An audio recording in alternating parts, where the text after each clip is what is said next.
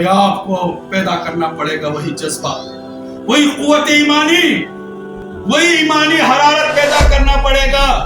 اگر آپ اپنے اندر وہ حرارت پیدا کریں گے، جان لو ایک بات، نوٹ کر لو، لاکھوں کروڑوں یہاں پر قبرستانوں کے اندر لوگ مدفن ہیں، لیکن چند کے اوپر ہی جا کے جو ہے وہاں پر عرس منایا جاتا ہے نا، ہر جگہ پر،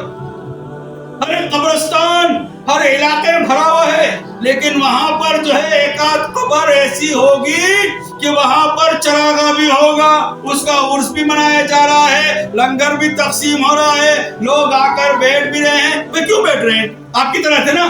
ہم جس طرح کہتے ہیں کہ حضور کے بارے میں کہتے ہیں نا بشر مثلکم، کہ ہمارے طرح بشر ہے، آگے پیچھے نہیں دیکھتے، کیا مسئلہ ہے کہ شان مصطفیٰ کیا ہے؟ نہیں جی بشر ہے،